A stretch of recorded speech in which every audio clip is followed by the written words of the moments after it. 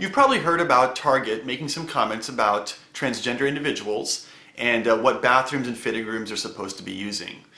And so I've had a lot of people ask me to comment on their recent press release that they just gave the other day. Here's a few sentences from their press release. Target says this: "We welcome transgender team members and guests to use the restroom or fitting room facility that corresponds with their gender identity. Everyone deserves to feel like they belong." So let me just offer three quick comments about this. Let me first say that my heart breaks for people who identify as transgender. And this is not to be mean, this is in fact what actually many of them report to us, and that is they feel confused, they feel depressed, they feel afraid. And that's why sadly the suicide rate for people who are transgender is much higher than that of the rest of the population. In fact, one of the studies that I looked at that actually is very friendly towards LGBT individuals says that 41% of people who identify themselves as transgender have attempted suicide. And that's compared to about 1.6% of the general population. And that's a staggeringly high suicide attempt rate. And so this is why it's so tragic to hear this about them. And this is why I say my heart breaks for these people because of what they're going through. Now, my comments here have nothing to do with the morality of transgender people. I'm not making any judgments about their behavior or about their identity. In fact, I've said a lot about my thoughts about transgender individuals in general. In fact, I recently wrote a chapter in a new book that's been released, edited by Sean McDowell. It's called A New Kind of Apologist.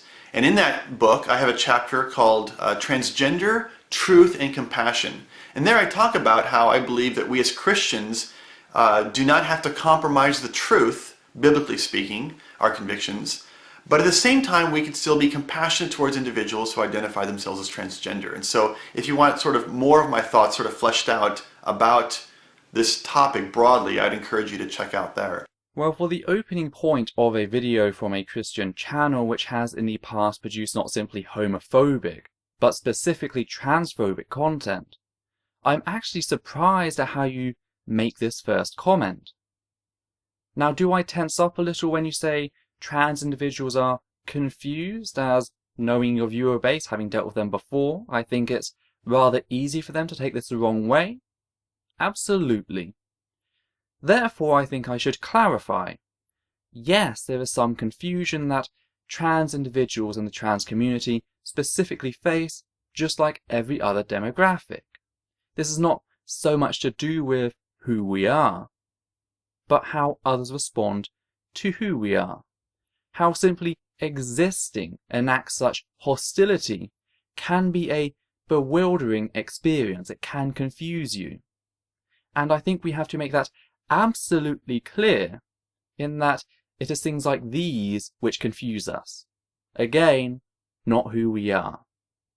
Why I stress this is because confused is a term regularly utilized by Christians and other religious fundamentalists to try and illegitimize a person's being.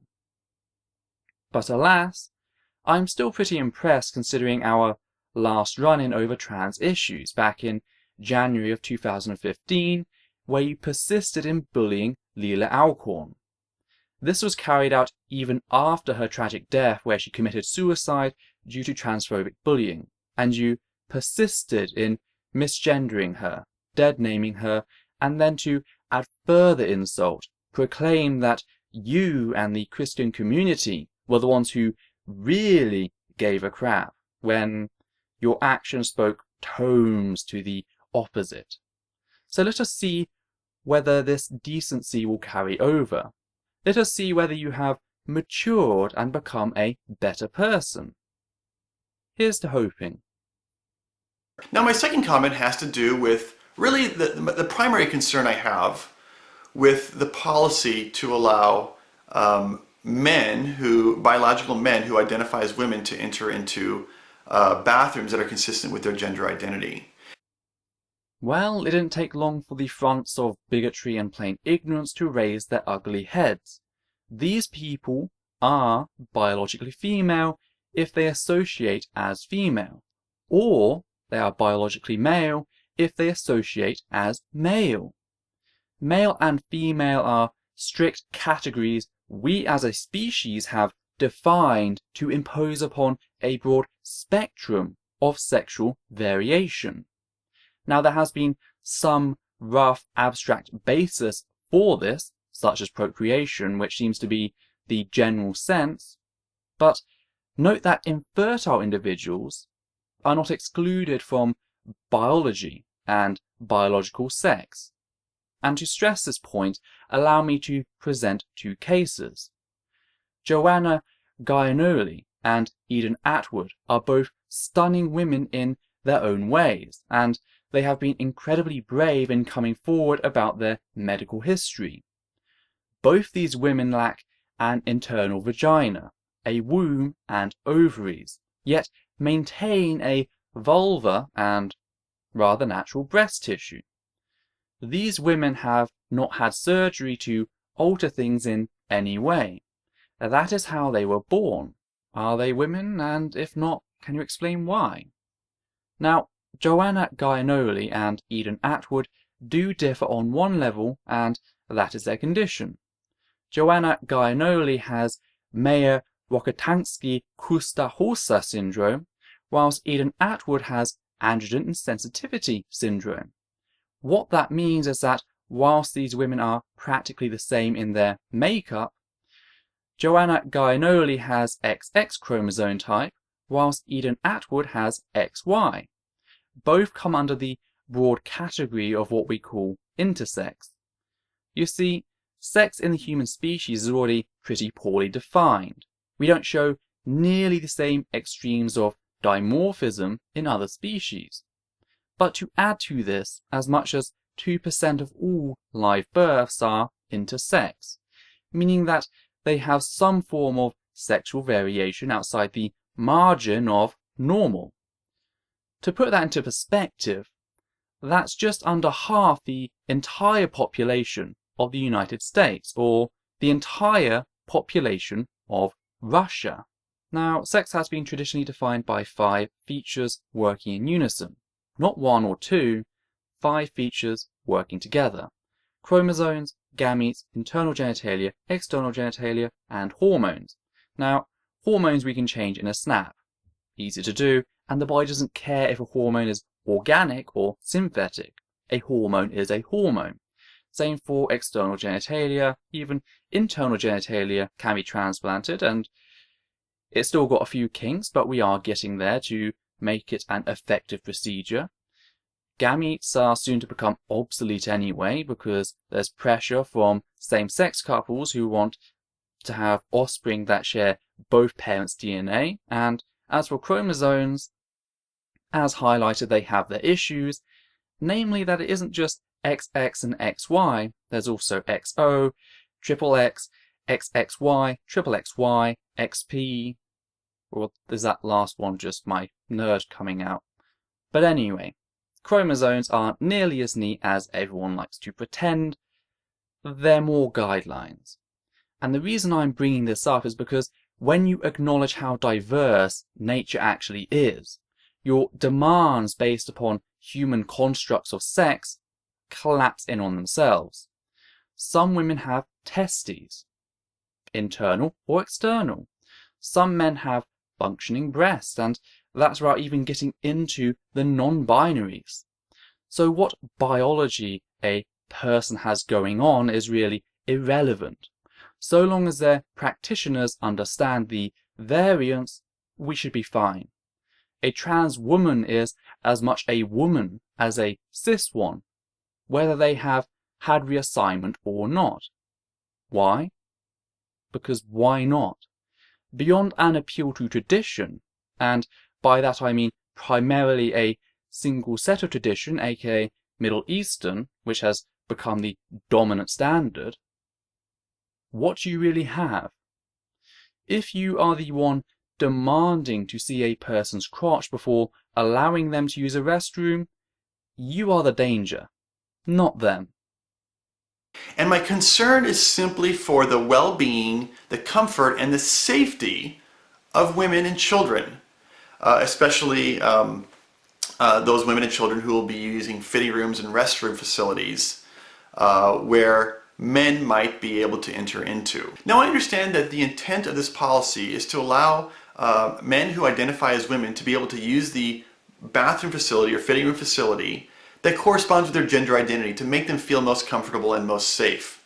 But as with any policy, you can't just look at the immediate effects of a particular decision or policy. Rather, you have to also look at and consider the secondary effects. And it's these secondary effects that are what so many people in our culture, Christians and non-Christians, that are concerned about. And that is the fact that some men will take advantage of such a policy and try to do what they can to enter into fitting rooms or restrooms or other facilities that women are using for whatever inappropriate reasons. And you don't have to be a sociology expert to recognize that this is an obvious problem with this particular policy, okay? The concern here is for the safety and the well-being of women and children.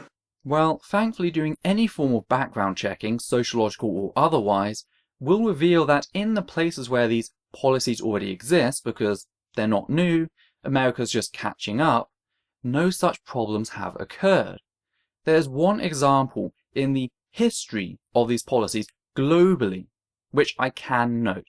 Just one, not an epidemic, one isolated instance. And because the policy did not legalize rape or assault, the person faced trial and they went to prison.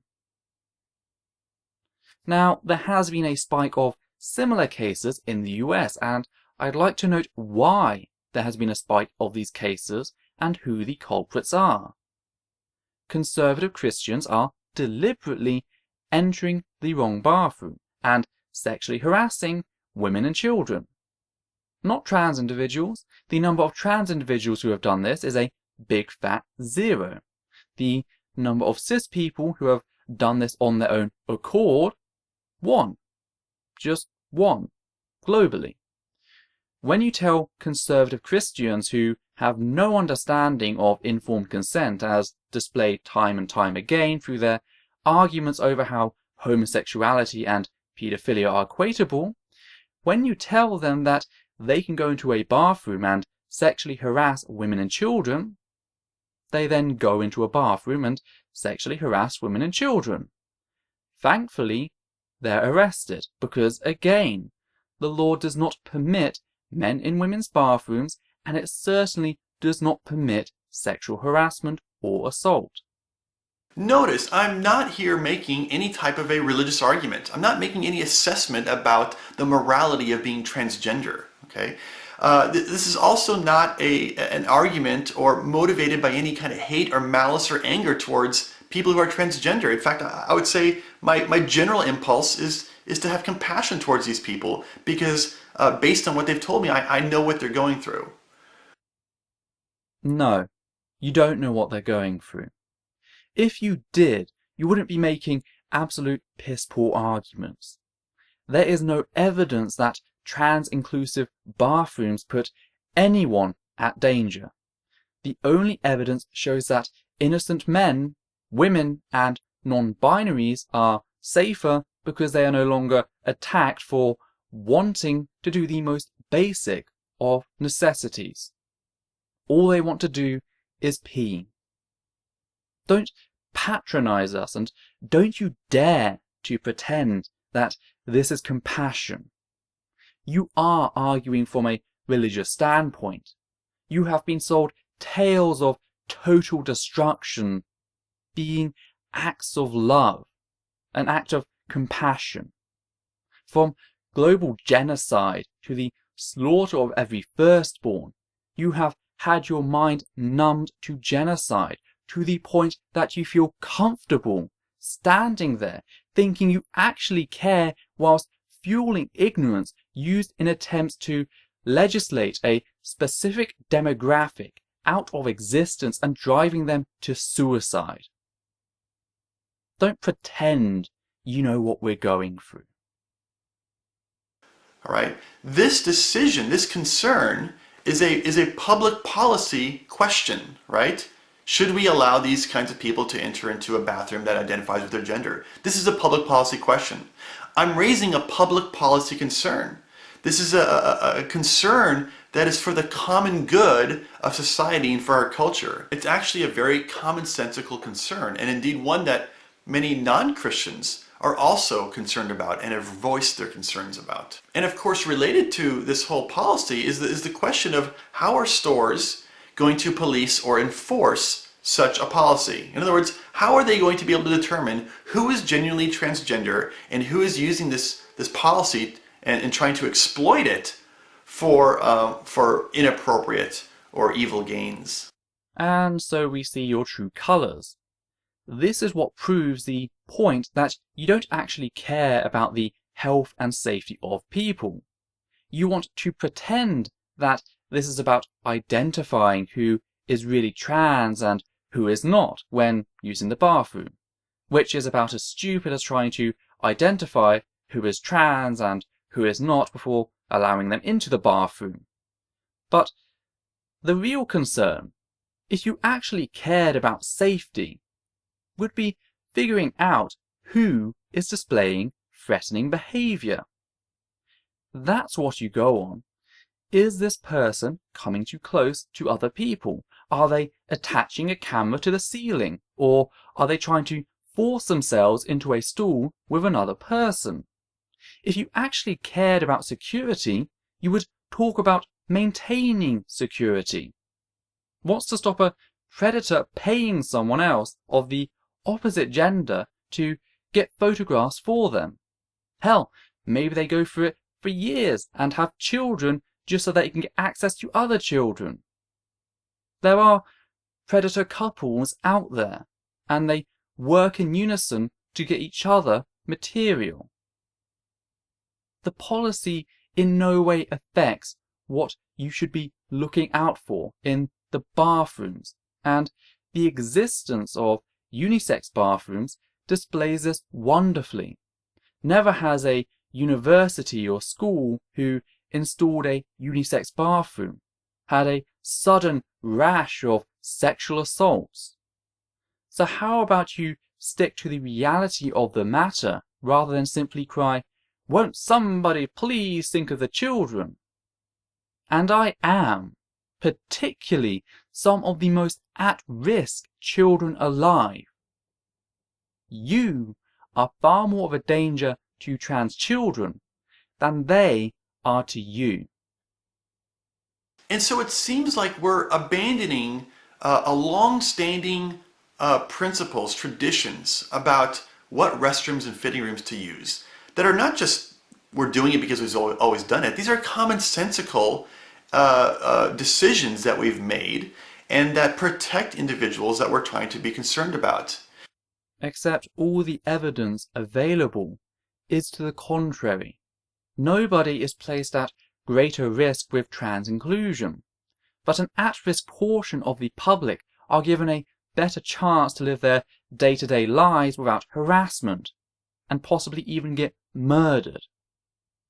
If there is only an increase of human well-being with zero decrease whatsoever, how inhuman do you have to be to claim that this is a strike against common sense? You are asserting human well-being is antithetical to common sense. Common sense to me is to help people. And we're doing all of this for a very, very small percentage of the population. In fact, Gary Gates at the UCLA Williams Institute, who is, again, pro-LGBT in his attitude and, again, friendly towards people who identify as transgender, has put the percentage of transgender individuals in the United States at about 0.3%, okay, 0.3%. Now that's just the number of people who identify as transgender, and only a smaller percentage of those people are going to be actually men who identify as women, right? The other percentage will be women who identify as men, and of course, perhaps some others as well. So 0.3% is just the total transgender population. You have a smaller amount of men who identify as women, and then probably even a smaller amount of those who would actually dress and present themselves as female. So either way you slice it, we're talking about a very small percentage of the population that is in question here. And again, I'm not trying to diminish them simply because they represent a small percentage. We should care about all people. But the question is really about the public policy question. How much are we going to, at what cost are we going to change our policies, commonsensical policies, in order to accommodate a very small population of people? But there is no cost, and yes, that is an estimate based on a society which is still hostile to trans individuals. 1 in 2 trans individuals are sexually assaulted in their lifetime. 15% report being sexually assaulted whilst under police custody, whilst they were being watched by the police. And this doubles for trans people of colour. 9% report being sexually assaulted by the police themselves. Do you get why not every trans individual wants to be found? But the fact is, it's not just about them. There have already been instances of cis women being harassed for using the bathroom because they don't look feminine enough and are assumed to be a member of the trans community. This has led to a number of confrontations and easily avoidable standoffs. So that is the last nail in the coffin for your absolutely disgusting and unfounded perspective on trans-inclusive bathroom policies.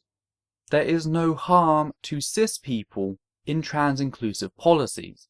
Trans people do better, and anti-trans policies always end up hurting cis people in one way or another, as if someone does not match the feminine quota, they become a target for harassment.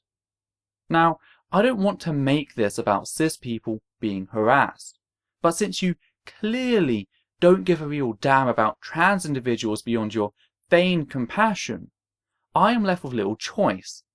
Won't you at least consider the lives you're putting at risk, the cis lives you're putting at risk, by supporting this heinous policy? Now, my third comment simply has to do with the fact that I recognize that for a man who identifies as a woman and presents himself as a woman, dresses like her, if he was to then be forced to use the men's restroom, well, I agree this would be a problem and probably would not be safe for the transgender individual either. So I agree that something needs to be done. Now, it seems to me that one possible solution for this would be to create unisex bathrooms. Now, in other words, you would have male bathrooms and male fitting rooms, and you'd have female bathrooms and female fitting rooms, and those would be used only for people who are biologically male or biologically female. Trans women are female. They have a biological body. Therefore, that body is biologically female, unless you believe it's created out of some inorganic compound. Trans men are male. They have a biological body. Therefore, their body is biologically male. Just get that clear. You claim compassion, but you continue to insult these people by referring to trans women with male pronouns, just like you did with Leela Alcorn after she committed suicide. If you want to seem compassionate, start by respecting people on the very basics. But then you would also have a unisex bathroom, and that unisex bathroom would be one that is a private bathroom and that can be used by people who are transgender. Now, the thing is, I know people are thinking, but Alan, that's going to, discriminate against them, or it's going to identify them, or whatever. But the reality is that this would actually solve a lot of problems, especially in places like Target or other stores just like that. And that is that the unisex bathroom would not only be used by people who are transgender, but it would be used also by people who just simply prefer to use a bathroom or a fitting room that is completely private. They want to go in there by themselves. Or another kind of person would be people like myself who have young kids. And oftentimes we want to use a unisex bathroom because we want to be able to bring in a son or a daughter who is the opposite sex of ourselves. And so, for example, for myself, many times, especially growing up with my daughter, I've needed to go in to either, take her to the bathroom or change her diaper or whatever it was when she was younger. And of course, I don't want to go into a men's bathroom with a girl, even when she was older. Sometimes she was able to walk in and she needed to use the bathroom. It was awkward for me to bring her in. And obviously I can't enter into a women's bathroom simply because I'm taking my daughter. And so a unisex bathroom would also be used by parents or families who want to enter into a bathroom with maybe their son or daughter, if they're, of course, the opposite sex, or just with a couple, a husband and wife who want to bring in their son or their daughter, or both their son and their daughter, okay?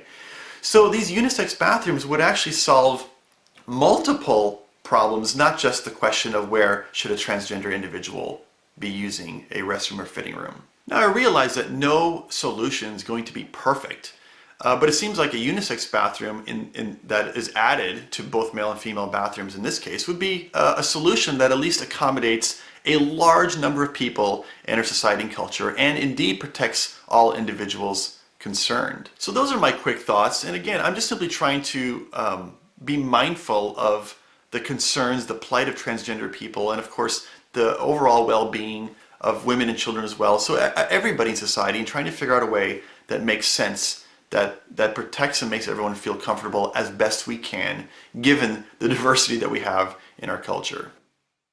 Then how about you start by not insulting people? Yes, unisex bathrooms do work for a number of reasons, but if you are going to retain gendered bathrooms as well, a trans individual should have the right to utilize the bathroom of their gender. To do otherwise is to play the separate but equal card, as whenever separate but equal has existed, whilst the disprivileged group is expected to keep to their cornered off area, the privileged groups have been allowed to transgress beyond theirs. If a white person went to a typically black cafe in the 60s, they wouldn't be forced out. Reverse the case, you get the picture. Trans-inclusive bathroom policies do not increase the risk of sexual assault in bathrooms. Had they been demonstrated to do so, you would have utilized that evidence. So the real question is, how many teenagers have to attempt suicide before you start listening? How many have to succeed before you rid yourself of your faux compassion and show some actual human empathy? You acknowledge at the start of your video that the depression rates in the trans community are staggeringly high. But the fact is, we know that it isn't simply a result of being trans, but rather the social exclusion they face that causes this. Now, one of the strongest factors is the family, and a study published this year displayed that transgender children who were allowed to socially transition by their parents showed no increase in depression when compared to cisgender control samples. That demographic, which at the current, when considering the general public, has an attempted suicide rate of 41%, completely rid itself of this in socially transitioning in an supportive environment.